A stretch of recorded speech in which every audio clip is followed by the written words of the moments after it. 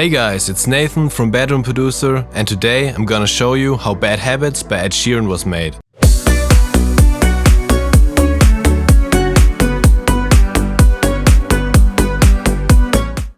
So let's get started right away. I'm just gonna show you the elements right here in the post-chorus because those are pretty much all the elements that are used in the entire song. And if you want to know every little technical detail of this remake, you can download the FLP and check it out yourself. I will let you know at the end of the video how to get this FLP. But in this video, I really want to focus on what are the key elements of this production, how I think it was made, and how I eventually recreated those elements. So first, let's split this up into the elements it's made of. We have a guitar that plays this floating picking pattern. We have a pad that's just there to enhance the other elements and isn't really audible as a single element. We have this modulated sounding synth line, we have a fat upbeat bass line, and we have a pretty standard house beat. One thing that is very dominant for the entire song is the heavy use of modulation on the guitars as well as on the lead. And for the picking guitar, I'm pretty sure this was actually a nylon guitar in the original song that has a phaser modulation on it. Feel free to correct me here. Now what I did was actually using two nylon guitars and then I layered them with a steel string guitar from Picked Acoustic at very low volume to give it a tiny bit of that steel sound. After adding a phaser, a tiny amount of delay and some reverb, I came a lot closer to the original sound and it ended up sounding like this.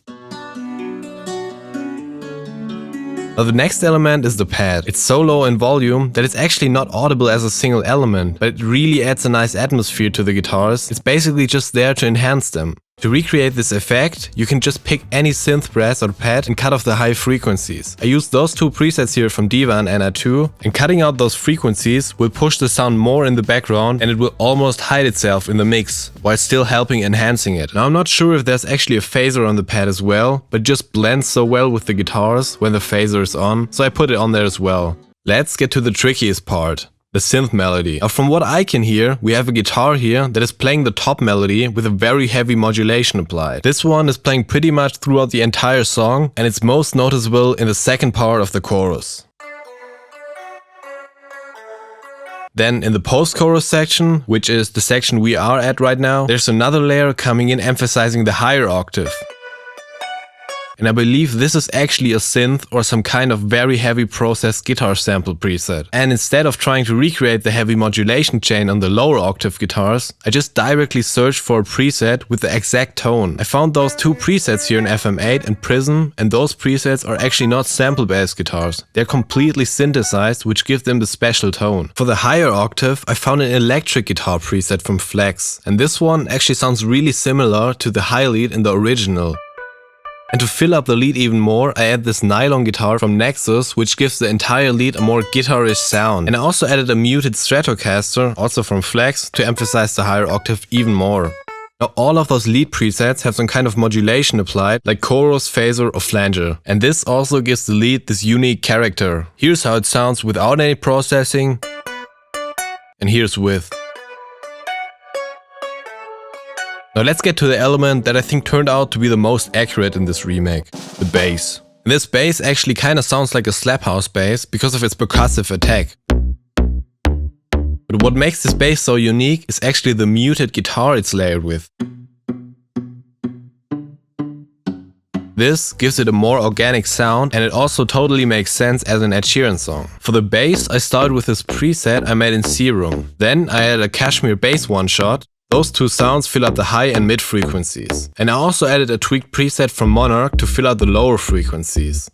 And the guitar I just mentioned is from Picked Acoustic. I rendered it to audio and then chopped it up so I can perfectly align the transients and the note length of the guitar with the transients and the note length of the other bass elements. To make those dirty and punchy bass lines, you usually need a lot of saturation, distortion and OTT. I also used Transient Master on almost all of the sounds to push the attack and reduce the sustain. This way the bass line becomes really punchy. Here's how the bass sounds without any processing.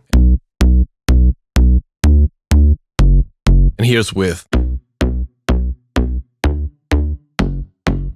Now for the drums I mentioned earlier, this is a pretty standard house beat. It has a fat kick drum and some short punchy claps. But what's the most interesting concerning the drums is the heavy use of cymbals here. All the yellow elements you see here are hi-hats, rides, crashes and transition cymbals. And they perfectly fill up the high frequencies with this extremely bright sound, as well as adding so much more energy and groove to it. It just sounds like there's a lot more going on, even though it's just some cymbals. Just listen to it without the cymbals and then with.